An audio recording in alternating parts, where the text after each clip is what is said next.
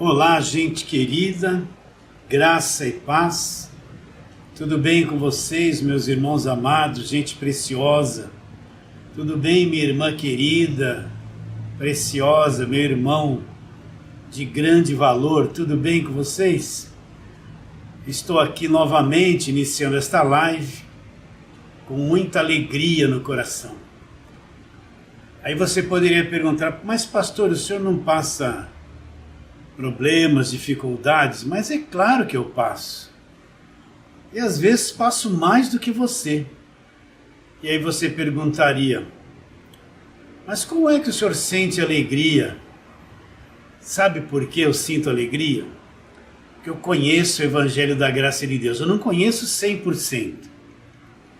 Mas o pouco que eu conheço, isso me dá uma alegria tão profunda, uma satisfação de viver tão profunda, porque a minha alegria não consiste em coisas externas, não é?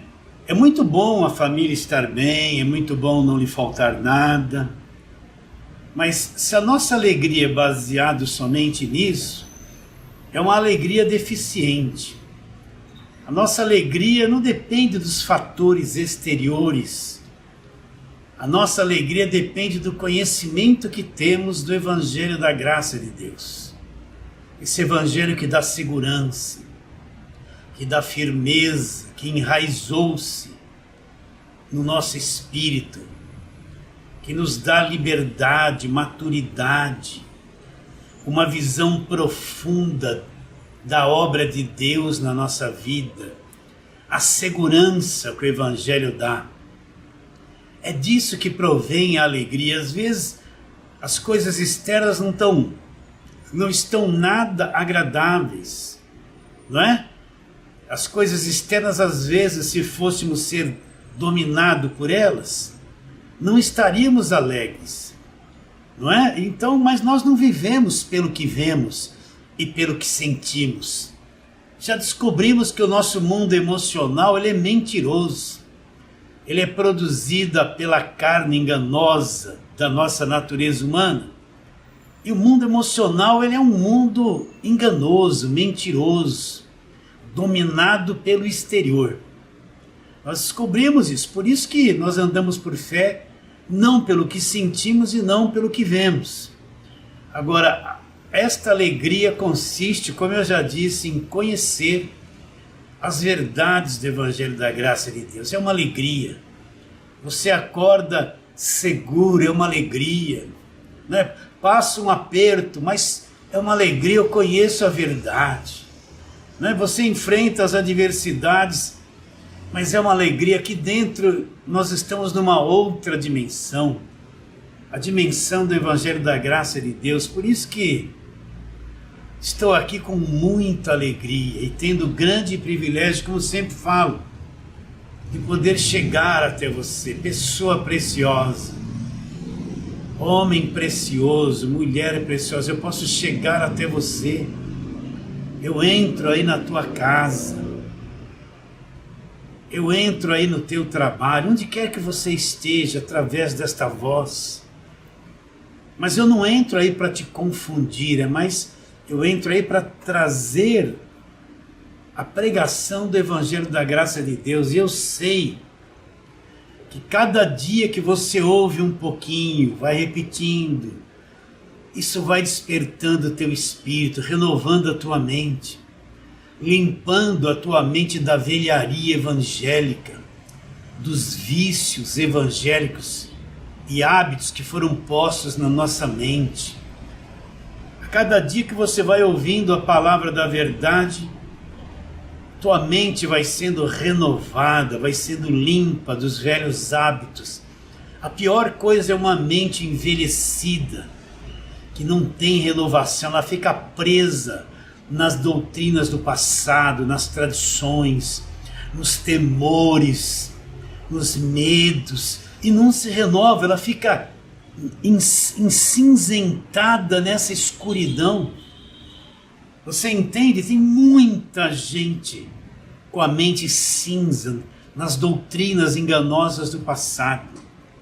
Mas quando a mente é renovada pelo conhecimento do Evangelho, eu passo a conhecer aquilo que eu já disse aqui, a boa, agradável e perfeita vontade de Deus.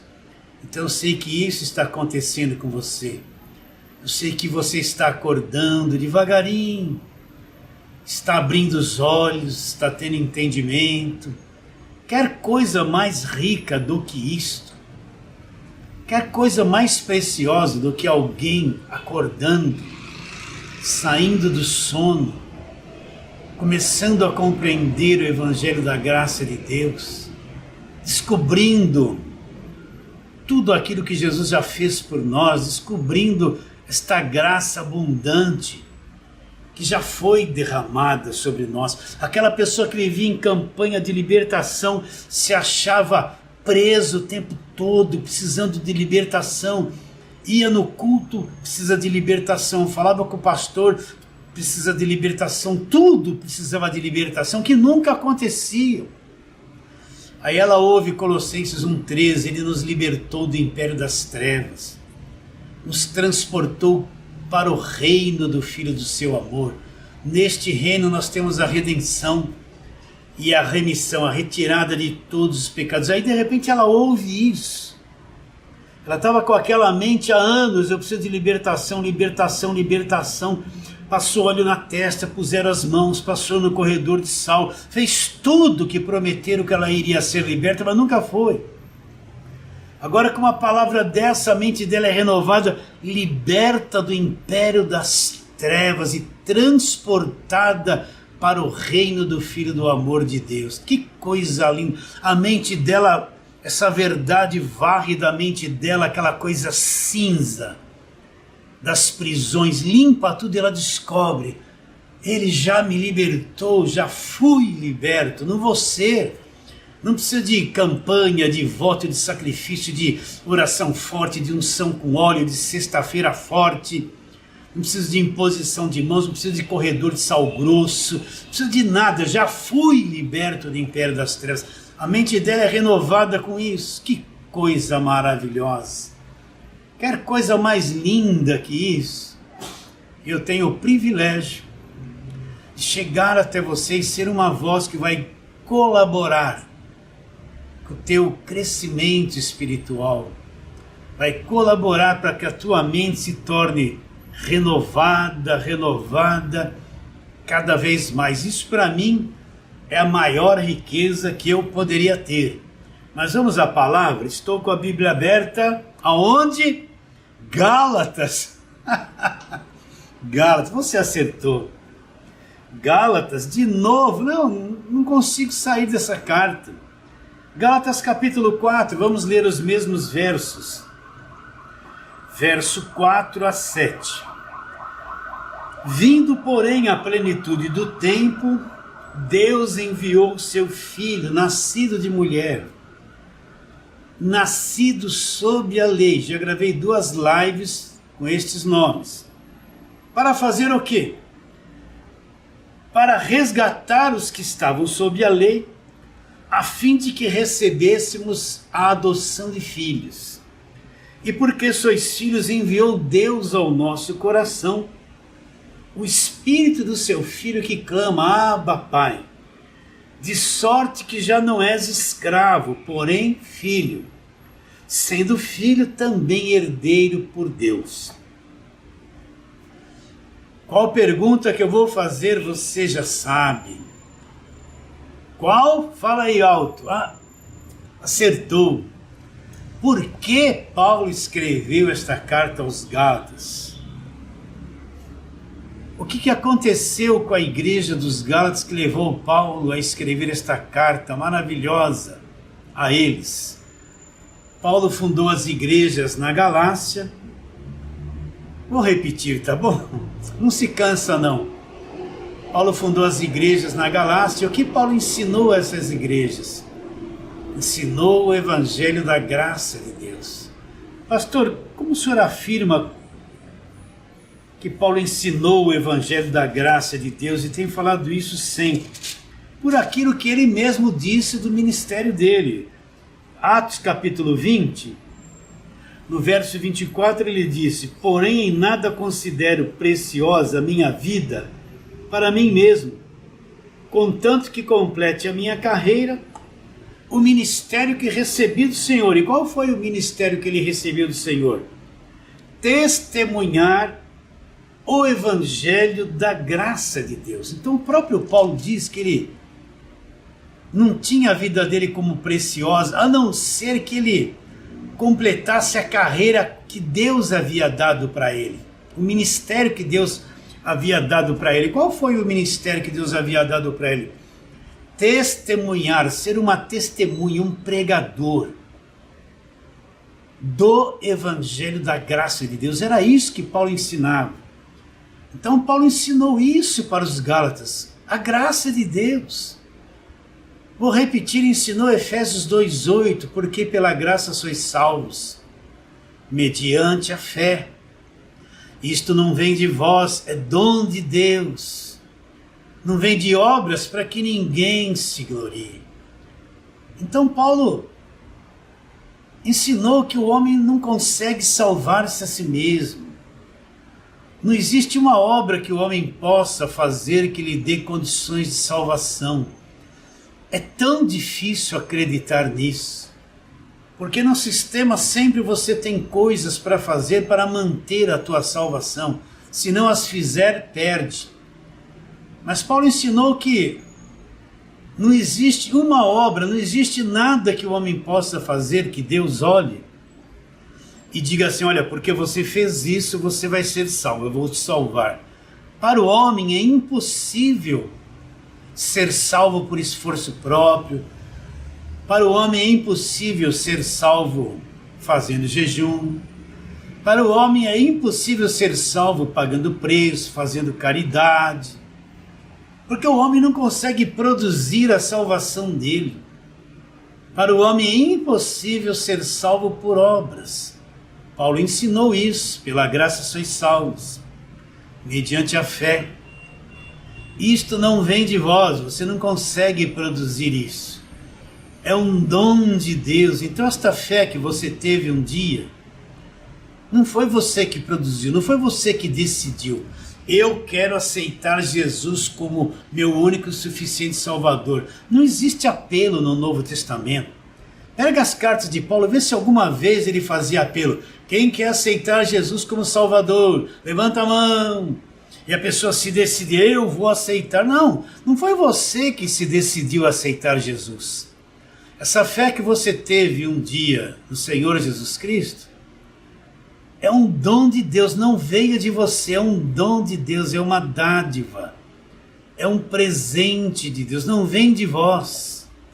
Não foi você que produziu, o próprio Deus que despertou isso no teu espírito para que você se abrisse para o conhecimento do evangelho da graça de Deus e você passou a ter fé em Jesus Cristo. É uma obra de Deus, não vem de vós, é um dom de Deus, não vem de obras para que ninguém se glorie. Então o que Paulo disse? Não vem de obras, ninguém vai poder chegar diante de Deus e falar: olha, eu fui salvo porque eu fiz isso que a minha igreja mandou, eu fiz essa obra. Não, não de obras para que ninguém se glorie. Então não existe nenhuma obra capaz de dar salvação ao homem. E junto com a salvação, Deus nos dá gratuitamente com Jesus Cristo todas as coisas. Aquele que não poupou o seu próprio Filho. Romanos 8,32. Antes por todos nós o entregou. Agora preste muita atenção para a tua mente ser limpa do falso evangelho. Como não nos dará gratuitamente com o Filho todas as coisas? Como é que Ele vai nos dar todas as coisas? Pagando preço? Fazendo voto? Fazendo corrente? Fazendo sacrifício? Fazendo jejum? Não! Como não nos dará juntamente com Jesus Cristo gratuitamente todas as coisas? Então tudo da parte de Deus para o homem nos é dado gratuitamente, não tem custo. Mas agora o falso evangelho vem com a doutrina do pagar preço. O falso evangelho vem com a doutrina do sacrificar. Ele vem com essa frase mentirosa: olha, Deus fez a parte dele, morrendo na cruz. Agora você tem que fazer a tua parte. 50% ele fez, os outros 50% é você que tem que fazer. E isso põe na mente das pessoas que ela é salva por esforço próprio. Se ela não se esforçar, ela perde a salvação. Não. Deus não é um Deus de barganha. O falso evangelho nos ensinou que Deus quer coisas de nós. Ele quer que você dê todo o teu dinheiro. Ele quer que você pague preço. Ele quer que você sacrifique tudo que você tem. Ele quer que você participe da falsa e odiosa, mentirosa fogueira santa. O sistema mostra um Deus de barganha que quer que você dê coisas para ele olhar para você e te devolver as coisas com um pouquinho de acréscimo. O falso evangelho prega isso. Sempre você tem que dar tudo para Deus, dar o melhor para Deus, sacrificar para Deus, sempre. Só que você entrega essas coisas na mão de homens. Então, uma pessoa que fica ouvindo isso constantemente, cria na consciência dela uma culpa enorme e ela tem que fazer coisas para dar para Deus. Porque se ela não der para Deus, Deus não vai abençoar. A doutrina da prosperidade, o que eles falam? Você tem que dar tudo, teu dízimo, teu trízimo, sacrificar tudo no altar de Deus. Nem existe altar na nova aliança. Altar é coisa de velha aliança, de templo. Aí Deus vai te prosperar. Você tem que pôr tudo que você tem num tal de altar que não existe na nova aliança, para depois de Deus te devolver aquilo com acréscimo. Olha a mentira. Porventura não nos dará juntamente com o Filho gratuitamente todas as coisas. Então tudo que Deus tinha que nos dar está em Cristo. Ele já deu na pessoa de Jesus Cristo. Efésios 1:3, repito aqui todo dia: bendito Deus e Pai de nosso Senhor Jesus Cristo, que nos abençoou com toda a sorte de bênçãos espirituais. Aonde? Nas regiões celestiais. Então tudo que Deus tinha que dar, Ele já nos deu gratuitamente com Jesus Cristo. Agora Deus que administra a concessão dessas bênçãos. É Ele que abre a torneira para estas bênçãos ir sobre a minha vida. Agora Ele não vai descarregando tudo sobre mim aleatoriamente. Não. Ele quer que eu vá crescendo espiritualmente, tendo responsabilidade com a vida espiritual, crescendo na graça e no conhecimento de nosso Senhor Jesus Cristo. E aí Ele vai liberando aos poucos, uma bênção aqui, outra ali. Eu não preciso ficar: ó Deus, me dá isso, ó Deus, eu declaro, ó Deus, eu determino, ó Deus, eu exijo, ó Deus, eu profetizo, ó Deus, eu decreto. Tudo isso são frases mentirosas que o falso evangelho produz. Eu não preciso ficar nessa petição, determinando, determina que... Não, na medida que eu vou crescendo, amadurecendo, então, e Deus vai vendo as minhas necessidades, Ele vai soltando uma bênção aqui, soltando uma bênção ali, porque Ele já me deu. Agora Ele concede e faz ela se manifestar na minha vida, administrada por Ele no tempo certo, na necessidade certa. O importante é você crer que Deus já deu. E a função dele é, no tempo dele, manifestar esta bênção na tua vida. E tudo é dado como gratuitamente. Foi isso que Paulo ensinou. Paulo nunca fez corrente de prosperidade, corrente de libertação. Paulo nunca deu coisas oradas e ungidas para ninguém.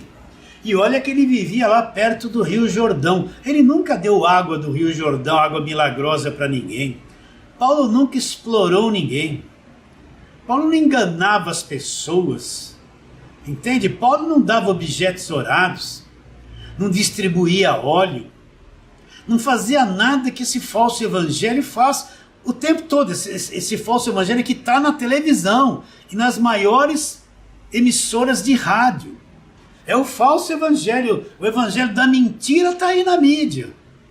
Paulo não fazia nada disso, e Paulo ensinou que tudo da parte de Deus para o homem foi dado gratuitamente. Depois Paulo se ausentou. E aí o que aconteceu?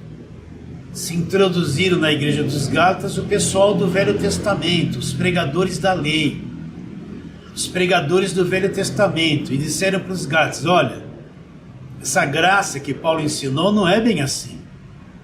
Isso que Cristo fez na cruz, não é bem assim. Não, você tem que acrescentar, você tem que guardar a lei, se circuncidar, fazer festa de primícias, você tem que olhar para o Velho Testamento e trazer tudo isso e fazer sobressair acima desse evangelho da graça de Deus. Você entende isso? Essas pessoas, os guardadores do sábado, os pregadores do Velho Testamento, os pregadores da lei de Moisés se introduziram na igreja dos Gálatas e misturaram as coisas, perverteram aquilo que Paulo havia ensinado. Os Gálatas voltaram as costas para a obra da cruz, para a obra consumada. Voltaram as costas para aquilo que Paulo ensinou sobre a graça de Deus. É como nos dias de hoje, eu falo isso direto aqui. Olha para as pregações que vem nessas rádios grandes e esse pessoal da televisão. Eles estão lá no Velho Testamento, eles não saíram de lá. Eles estão com aquela mentalidade do Velho Testamento, a mentalidade da lei, pondo fardo pesado sobre as pessoas. Eles estão trazendo, olha o nome das campanhas deles, é tudo coisa do Velho Testamento. A fé de Abraão, né? A fé de José, a fé, os 318, os 300 de Gideão, não é? A construção da muralha da cidade, a construção do templo, a segunda casa será maior que a primeira. Eles estão com aquela conversa toda da velha aliança. E o povo ouvindo isso, fica cego, cria o véu. Eles não conseguem enxergar as cartas de Paulo, eles nem ensinam nada das cartas de Paulo.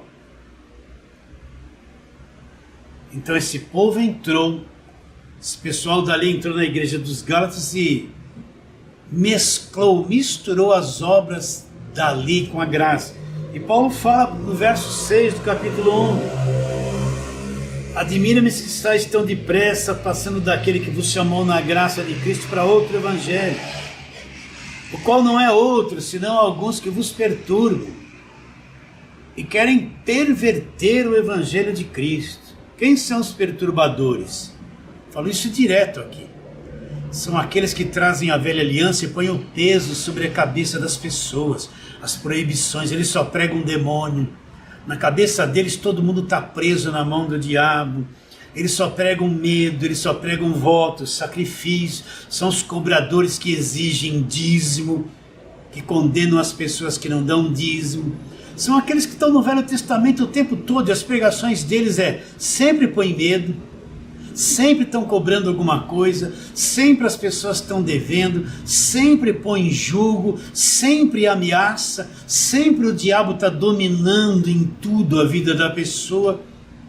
E uma pessoa debaixo de uma igreja que só prega isso, ela vive perturbada, ela não tem paz, não tem alegria. Uma mulher que está numa igreja assim, e o marido e os filhos não são crentes, ela vai achar que todo mundo é endemoniado, vai brigar com todo mundo, vai viver enfiada na igreja, acaba largando a família, a responsabilidade que tinha com a família, porque passa a ser obreira e fica escravizada dentro da igreja. Aí ela fala para o pastor: meu marido está muito chateado que eu estou aqui. Aí o pastor fala assim: não, Deus te deu esse ministério, teu marido é endemoniado, faz uma corrente de libertação para ele. Vai falar isso, atrapalha a vida do casal. Esses são os perturbadores. Você está em igreja que só fala isso? Você está em locais que só te põem debaixo da mão do diabo, só te escraviza, te enche de envelope, te cobra um monte de coisa. Você é obreira desse lugar, está escravizada, tem que ficar lá, paga até o uniforme que tem que pôr, porque todo o dinheiro da igreja desaparece. É uma escrava. Tem que estar lá domingo 3 vezes, tem que estar lá durante a semana. Se não for, vai tomar uma bronca de um pastor, às vezes que é mais novo que você, que não sabe nem o que está falando. São os perturbadores, e quem está lá está perturbado. Então Paulo fala, mas ainda que nós, o mesmo anjo vindo do céu, vos pregue o evangelho que vai além do que temos pregado. O que Paulo está dizendo? Se um dia ele, Paulo, mudasse o discurso, ou viesse um anjo do céu, agora você tem que ver isso aqui, que pregue coisas que vai além do que temos pregado, coisas que vão além do que Paulo tem pregado, seja o que? Anátema. Assim como já dissemos e agora repito, se alguém vos prega o evangelho que vai além daquele que recebesse, seja anátema, seja maldito. E aí Paulo começa a trabalhar com os Gálatas, ensinando o erro deles, trazendo-eles de volta à sobriedade, mostrando que se eles se submeterem à lei, eles vão cair da graça. Se eles quiserem ser justificados por obras da lei, a morte de Cristo na cruz foi uma coisa vã, não resolveu nada. E vai discorrendo bastante coisas a respeito disso, das quais nós estamos falando aqui o ano inteiro. Até que chegamos, esse capítulo 4, verso 4, vindo porém à plenitude do tempo, já explicamos isso. Deus enviou o seu Filho nascido de mulher, já explicamos, nascido sob a lei, explicamos, para resgatar os que estavam sob a lei, a fim de que recebêssemos a adoção de filhos. Já explicamos isso. E hoje nós vamos falar o verso 6. E porque sois filhos, o que Deus fez porque nós somos filhos? Enviou Deus ao nosso coração o Espírito do seu Filho que clama, Abba Pai. De sorte que você não é escravo, você é filho. Sendo filho, você é herdeiro de Deus. Então, ele nasceu de mulher, nasceu sob a lei, para resgatar os que estavam sob a lei, a fim de que recebêssemos a adoção de filhos. Toda esta obra de Cristo na cruz, Deus, através dela, nos adotou como filhos. Está escrito na tua Bíblia aí, adoção de filhos. Agora eu sou filho. E porque sou filho, o que Deus vai fazer com o filho? Preste muita atenção. E porque sois filhos, enviou Deus ao nosso coração. Deus enviou ao nosso coração. O que foi enviado ao nosso coração? O Espírito do seu Filho, que clama, Abba Pai. Você parou para pensar nisso? Porque você é filho. Deus enviou ao teu coração, já foi enviado, você é filho. Então você não precisa ficar buscando, nem fazendo um culto para buscar o tal de Espírito Santo. Se você é filho, Deus enviou ao teu coração. Já foi enviado. Já aconteceu, você é filho, você é uma pessoa salva. Então já enviou Deus ao teu coração, lá no teu espírito foi enviado o Espírito de seu Filho, o Espírito de Jesus Cristo, que clama, Abba Pai. E quem é o Espírito de Jesus Cristo? É o Espírito Santo. Esse Espírito que ali em João Deus disse que cumpriria a promessa do Pai e mandaria para cada um de nós o seu Espírito. Então vamos trabalhar um pouquinho sobre isso. Preste atenção, olhe para mim. Você é filho, você... Pastor, como vou saber se eu sou filho? Tem gente que tem até dúvida disso. O que diz Romanos 8? Olha lá, Romanos 8.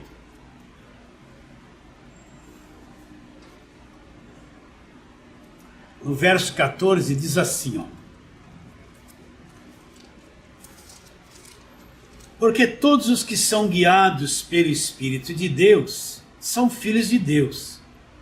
Porque não recebestes espírito de escravidão para viver outra vez atemorizados, mas recebestes espírito de adoção baseado no qual clamamos Abba Pai. Agora olha o verso 16. O próprio Espírito testifica com o nosso espírito. Testifica o quê? O que é testificar? É atestar, é confirmar. O próprio Espírito, esse Espírito de Jesus Cristo, esse Espírito Santo, ele testifica com o nosso espírito. Testifica o quê? Que somos filhos de Deus. Então, todo aquele que é filho, ele sabe que é. Ele tem a convicção de que é. Ele não tem dúvida a respeito disso. Por quê? Porque o próprio Espírito que foi enviado ao coração dele, que é o Espírito de Cristo, ele testifica, ele fala, ele afirma ali dentro que a pessoa é filha de Deus. Você entende isso? O próprio Espírito de Deus testifica com o nosso espírito de que somos filhos de Deus. Quem é filho sabe que é filho. Ninguém precisa dizer. Quem é filho é convicto que é filho. Tem a convicção, sabe que é filho. Por quê? Porque o Espírito de Cristo testifica o tempo todo. Com o nosso espírito testifica o quê? Que nós somos filhos de Deus. Então, se você tem dúvida, se você não conhece essa voz que testifica dentro de você, você tem que começar a pensar, porque o próprio Espírito de Deus testifica, ele atesta dentro de nós que nós somos filhos de Deus. Não há dúvida. Todo filho de Deus sabe que é. Não tem medo de perder a salvação. Não tem medo de nada, porque ele sabe que é aqui dentro, ele sabe. Essa voz do Espírito de Deus, esse testificar é a coisa mais linda, uma das coisas mais lindas da nova aliança. Porque ele fala no nosso espírito, você é filho de Deus, justificado, redimido, reconciliado, glorificado, perfeito no espírito. Ele fala. Todo filho sabe que é filho. Você entende isso? E porque sois filhos, nós estamos lá em Gálatas 4:6. Enviou Deus ao nosso coração o Espírito do seu Filho que clama, Abba, Pai. De sorte que você não é escravo, você é filho. Então vamos trabalhar ali a palavra de Deus. Vamos lá, Efésios capítulo 1. Vamos ler verso 13 e 14. Efésios 1, 13 e 14. Em quem também vós, depois que vocês ouviram a palavra da verdade, o evangelho da vossa salvação, tendo nele também crido, fostes selados com o Espírito Santo da promessa, o qual é o penhor da nossa herança até o resgate da sua propriedade em louvor da sua glória. O que Paulo está dizendo? Depois que vocês ouviram a palavra da verdade. Olha como tudo acontece. O que é a palavra da verdade na mente de Paulo? Não é o Velho Testamento. Não é a lei de Moisés. Não é a velha aliança. Ele fala, o evangelho da vossa salvação. Então a palavra da verdade é o evangelho da nossa salvação. Quero ler aqui João capítulo 1. Para você entender aqui uma coisa interessante. João capítulo 1. Vamos ler o verso 17. Porque a lei foi dada por intermédio de Moisés, ponto e vírgula. A graça e a verdade, presta atenção. A graça e a verdade vieram por meio de Jesus Cristo. Olha, a lei foi dada por intermédio de Moisés, ponto e vírgula. A velha aliança ficou para trás. A graça e a verdade, a graça e a verdade. Paulo disse assim, quando vocês ouviram a palavra da verdade. Que verdade é essa que João está dizendo que através de Cristo veio a graça e a verdade? A verdade é esse evangelho da graça de Deus. A palavra da verdade é o evangelho da graça de Deus. Então Paulo diz em quem também vós, depois que ouvistes a palavra da verdade. O que é a palavra da verdade? Esta verdade, a graça e a verdade vieram por meio de Jesus Cristo. O evangelho da vossa salvação. Então a palavra da verdade é o evangelho da vossa salvação. Tendo nele crido, o que aconteceu comigo? Nós estamos lá em Gálatas 4:6. Porque sois filhos, enviou Deus ao nosso coração o Espírito do seu Filho. Quando vocês ouviram a palavra da verdade, Efésios 1:3, o evangelho da vossa salvação, quando vocês acreditaram no evangelho, aconteceu uma coisa: fostes selados com o Espírito Santo da promessa. Que Espírito Santo da promessa? Aquela promessa que Jesus fez lá em João 14, que viria o Espírito da verdade, nos ensinaria e nos guiaria a toda a verdade. Então ele está dizendo, quando nós ouvimos o evangelho da nossa salvação, que é a palavra da verdade, quando nós cremos neste evangelho da graça de Deus, fomos selados com o Espírito Santo da promessa, porque sois filhos, enviou Deus ao meu coração o Espírito do seu Filho. Então, quando eu crio no evangelho, tudo isso aconteceu simultaneamente. Fomos selados com o Espírito Santo da verdade. Já dei essa ilustração aqui, vou dar de novo, para você entender esse selo do Espírito que habita em nós. Quando você compra um imóvel, qual coisa que você vai fazer? Vai num cartório de imóveis, vai lavrar a escritura, vai registrá-la, e a partir daquele documento lavrado, aquilo é a prova material de que aquele imóvel pertence a você.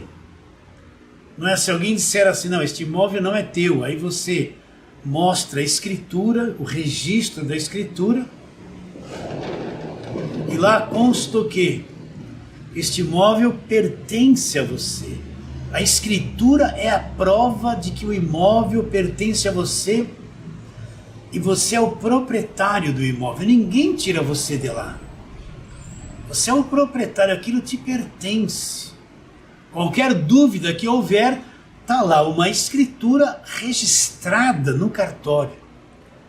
Então o que é ser selado com o Espírito Santo? Quando eu era pentecostal, eu cria erroneamente, porque eu achava que ser selado era falar línguas estranhas. Se não falasse línguas estranhas, não tinha o selo com o Espírito Santo. E lá ia todo mundo lá, vai dando glória, glória, glória, glória, levanta a mão, glória, glória, aquela doideira toda pentecostal, que não tem nada a ver com o selo do Espírito Santo, nem verdade é aquilo é pura manifestação da carne. Eu fui assim. Então o que é esse selo do Espírito Santo? Paulo disse em Efésios 4, aliás, Gálatas 4:6, porque sois filhos, enviou Deus ao nosso coração o Espírito do seu Filho. Paulo fala aqui em Efésios 1:13, ele nos selou com esse Espírito que foi enviado porque nós somos filhos. Então é justamente isso, a garantia de que nós somos de Deus. É o Espírito Santo que habita em nós. Este é o selo de Deus. Este selo do Espírito Santo é como uma escritura. Se alguém quer saber se a casa é sua, olhou para a escritura, aquela escritura é prova de que você é o proprietário da casa. A prova de que nós somos filhos é o selo do Espírito Santo, é a escritura de Deus. Lá dentro de nós, Deus lavrou e registrou uma escritura. É o Espírito de Deus que habita em nós. É o Espírito de Jesus Cristo que habita em nós. Então, o mundo espiritual todo, olhando para nós, todos os seres, anjos, serafins, querubins, arcanjos, todos os seres celestiais, quando olham para nós,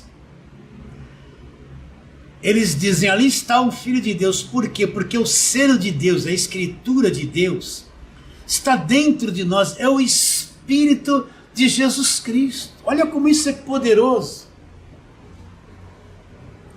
Então, nós somos reconhecidos em todas as dimensões espirituais. E quando eles batem os olhos em nós, existe uma escritura lavrada e registrada em nós, que é o selo do Espírito Santo de Deus. Então, todo filho de Deus é selado com o Espírito de Deus, é a escritura de Deus, é a marca de Deus, para você entender, é o selo de que nós somos filhos de Deus e pertencemos a Deus para sempre, e nunca isso vai ser tirado de nós, e nunca haverá perda da salvação eterna. Você acredita nisso? E o que mais ele disse? O qual é o penhor da nossa herança até o resgate da sua propriedade em louvor da sua glória. Ele está dizendo que este Espírito de Cristo, que é o selo, que é a prova de que nós somos de Deus, é o penhor, é a garantia, é o penhor da nossa herança, é a garantia de que Deus vai cumprir em nossa vida tudo aquilo que Ele prometeu. É o penhor, é a garantia que não pode falhar, que Deus cumpra em nossa vida tudo aquilo que Ele prometeu, tudo aquilo que Ele nos abençoou, tudo aquilo que o Evangelho da graça de Deus nos revela. Esse Espírito de Jesus Cristo que nos leva a clamar Abba Pai, é o selo de Deus, é a escritura de Deus, que prova que nós somos propriedade exclusiva de Deus, e também é a garantia de que tudo que Deus diz ao nosso respeito vai se cumprir. Não tem como não se cumprir. Vai se cumprir minuciosamente tudo aquilo que o Evangelho da graça de Deus revela. Vai se cumprir, Deus não pode falhar. Olha que segurança. É isso que Paulo está dizendo para os Gálatas. Olha, Gálatas, vocês se voltaram para a lei, para a velha aliança. Estão querendo guardar a lei, se justificar por meio das obras da lei. Vocês ouviram esses perturbadores, estão indo após eles? Deus enviou ao nosso coração o Espírito do seu Filho que clama Abba Pai. Nós somos selados com o Espírito Santo. Este é o selo de Deus e é o penhor, a garantia de que Deus vai cumprir na nossa vida tudo aquilo que Cristo conquistou na cruz por nós. E vocês estão deixando isso de lado e se voltando para a velha aliança, uma aliança falida, uma aliança que acabou na cruz, voltando debaixo de um jugo de escravidão de novo. É isso que Paulo está explicando para os Gálatas. Você entende essa linguagem?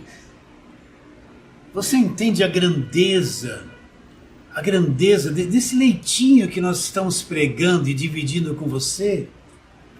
Então, você pode perguntar, então, pastor, quer dizer que eu sou filho, eu sou selado com o Espírito Santo?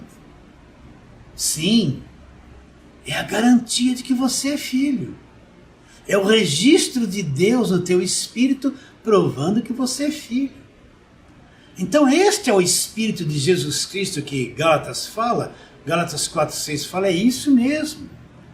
Então, tudo esse Espírito, este selo, é a garantia de que Deus vai cumprir na minha vida tudo que o Evangelho da graça de Deus diz, exatamente isso. E isso é infalível. Você quer ver uma coisa infalível? Indestrutível, imutável, é isso que eu estou te dizendo. Que coisa gloriosa, que segurança. Então presta atenção, olha, quando os anjos olham para você, eles ficam, né, só para você entender, com os olhos assim, ó, ali está um filho de Deus, selado com o Espírito Santo da promessa. Tem a garantia de que tudo vai se cumprir na vida dele conforme Deus falou. O mundo invisível, todos os seres celestiais, todos os seres celestiais enxergam quem você é. Está com medo de quê? Você é reconhecido celestialmente. por todos os anjos, que você é um filho de Deus. Isso é indestrutível. Eles todos olham para você com espanto, porque eles veem a grandeza do que Cristo fez por você. E isso é indestrutível, é imutável. Quando ouviram a palavra da verdade, o evangelho da vossa salvação, tendo neste evangelho acreditado, instantaneamente foram selados com o Espírito Santo da promessa, qual é o penhor da nossa herança. O que mais diz em Efésios? Vamos ali para Efésios 4.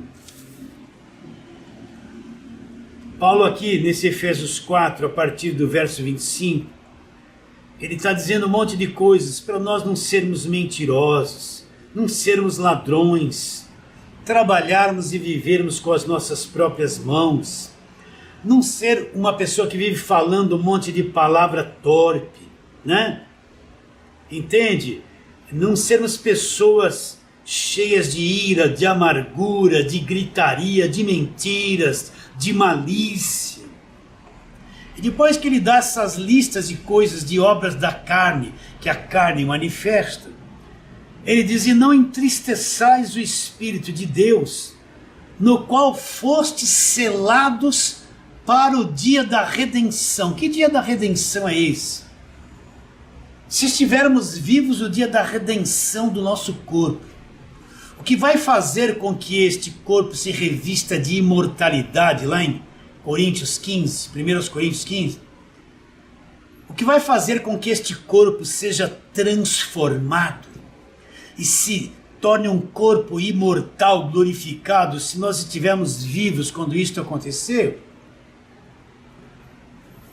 é este Espírito no qual fomos selados. Esse é o poder de Deus que vai nos envolver e vai transformar o nosso corpo de humilhação para termos um corpo igual ao corpo da sua glória, incorruptíveis, um corpo perfeito, incorruptível.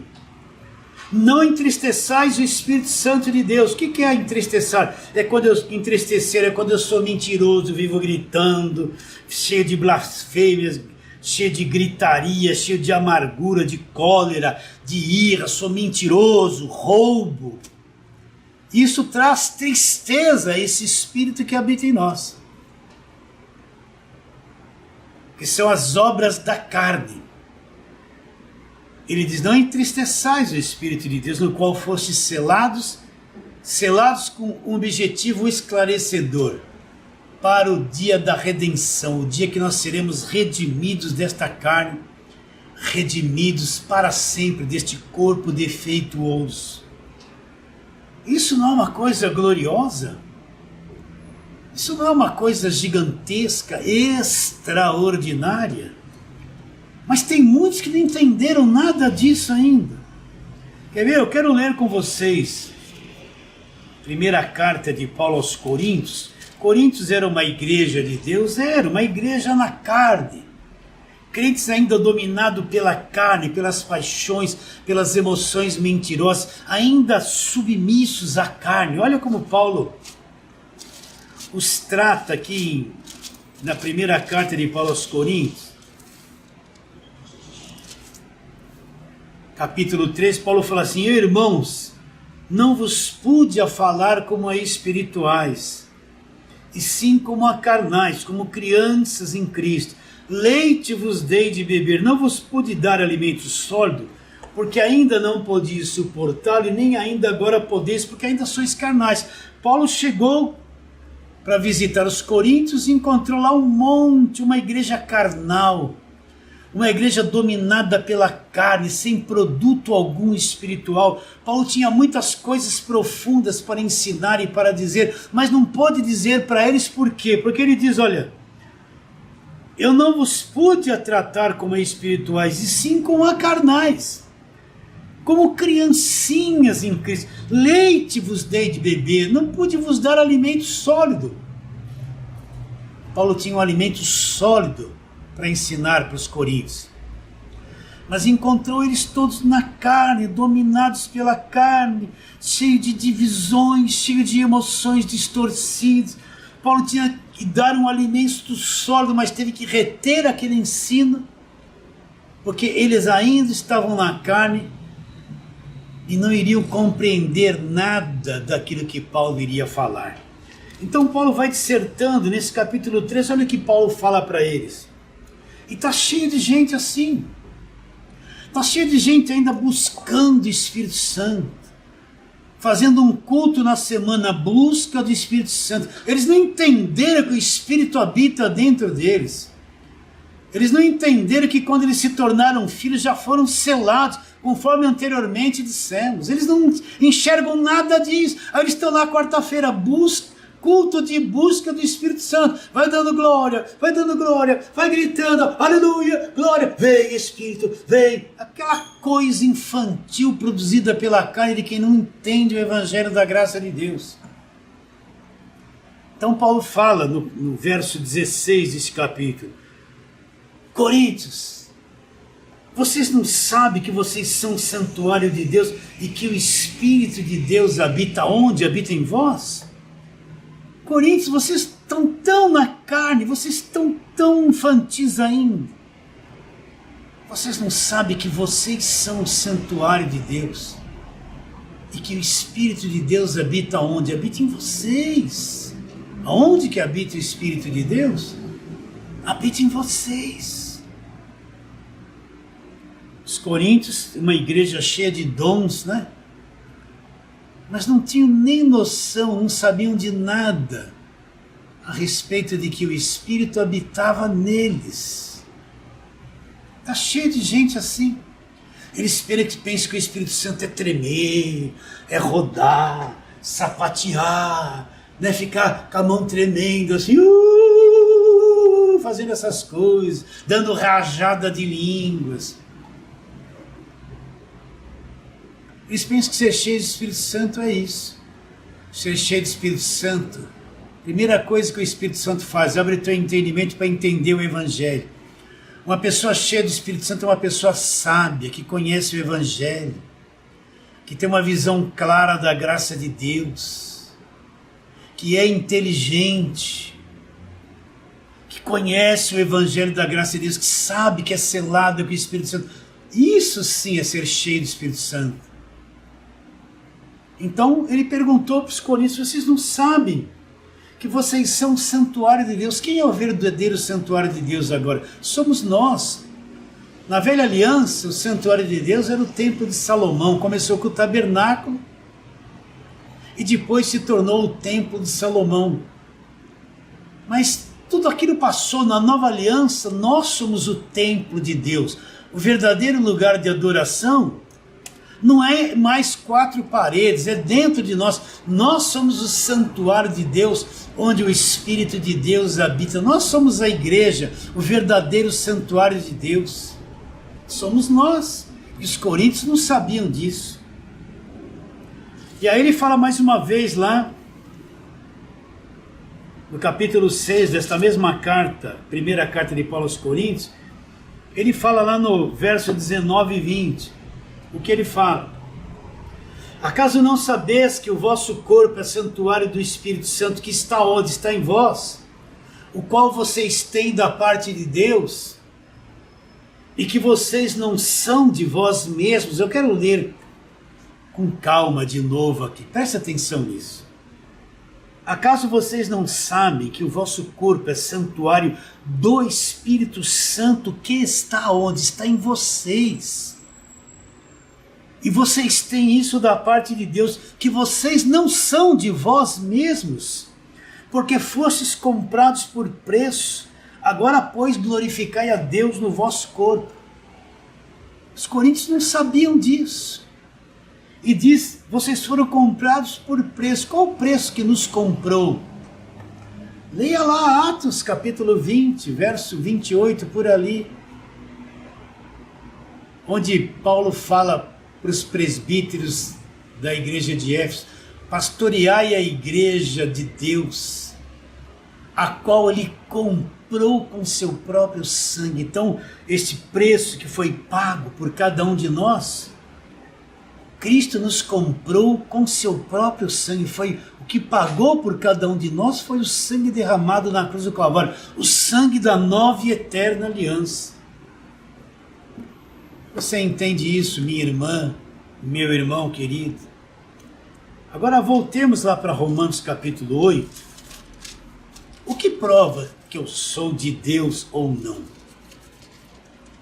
Basta eu estar com uma Bíblia dentro do braço, dentro de uma igreja, isso quer dizer que eu sou de Deus? Não. Então eu vou mudar de roupa, vou usar só paletó e gravata, vou ser o santo homem de Deus. Não. Isso aí não prova nada.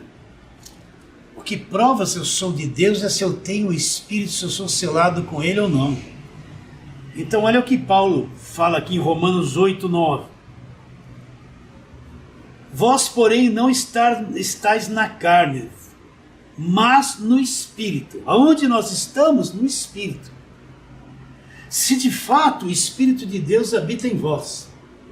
Se alguém não tem o Espírito de Cristo, esse tal não é dele. Olha que coisa forte. Paulo diz, se alguém não tem o Espírito de Cristo, esse tal não é dele, esse tal não é filho. Por isso que todo aquele que não crê no Evangelho da Graça de Deus, eles não têm o Espírito. Porque a primeira coisa que o Espírito faz quando nós somos filhos, é abrir o Evangelho da Graça de Deus para nós. Aquele que está cego, preso na velha aliança, não entende nada do Evangelho da Graça de Deus, ele não tem o Espírito. Se alguém não tem o Espírito de Cristo, repare bem, ele usa a mesma expressão que ele usou em Efésios, aliás, em Gálatas 4, 6. Porque sois filhos, enviou Deus ao nosso coração o Espírito do seu Filho, que clama Abba Pai. Olha o que ele fala no verso 9 de novo. Se alguém não tem o Espírito de Cristo, aquele mesmo Espírito que ele fala em Gálatas 4, 6, que nós somos filhos, Deus enviou ao nosso coração o Espírito do seu Filho. Agora ele está dizendo aqui, se alguém não tem o Espírito de Cristo, esse tal não é dele. Então o que me torna, sendo de Deus, sendo um filho, é se eu tenho o Espírito de Cristo ou não. Porque quem não tem o Espírito de Cristo, esta pessoa não é dele, não é filho. Não é filho. Você entende o que eu estou dizendo? E os Gálatas desprezaram tudo isso e se voltaram para a velha aliança. Voltaram as costas para a graça de Deus, para tudo aquilo que Paulo ensinou. E começaram a tentar obter de Deus aquilo que Deus já havia dado gratuitamente pela graça. Tentando obter por obras da lei. Por isso que Paulo fala, por obras da lei ninguém será justificado diante de Deus. E é o que você vê no sistema hoje, o sistema voltado para o Velho Testamento, levando as pessoas a praticar as obras da lei. E Paulo fala, de Cristo vos desligastes, vós que procurais justificar-vos por obras da lei, da graça decaístes. Vamos terminando esta palavra por aqui. Foi muito bom estar com você, minha irmã preciosa, meu irmão amado. Tenho plena convicção que esta palavra vai trazer vida para o teu espírito. Vou terminando esta palavra por aqui, dizendo isto com toda a força do meu coração, afirmando que a tua vida vale mais que o mundo inteiro.